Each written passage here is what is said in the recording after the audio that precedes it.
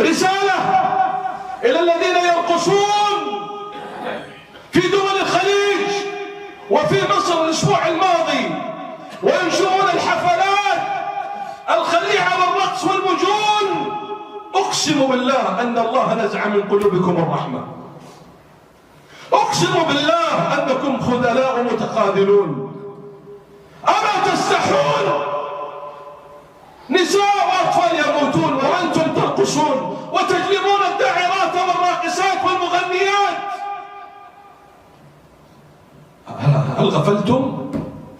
هل نسيتم قول الله عز وجل؟ ضرب الله مثلا قرية كانت آمنة مطمئنة فيها رزقها رغدا من كل مكان.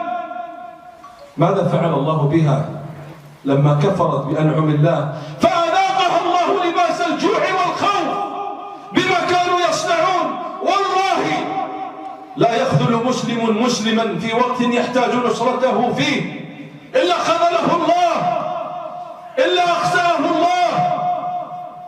نحتاج أن نعود عودة صادقة إلى الله عز وجل.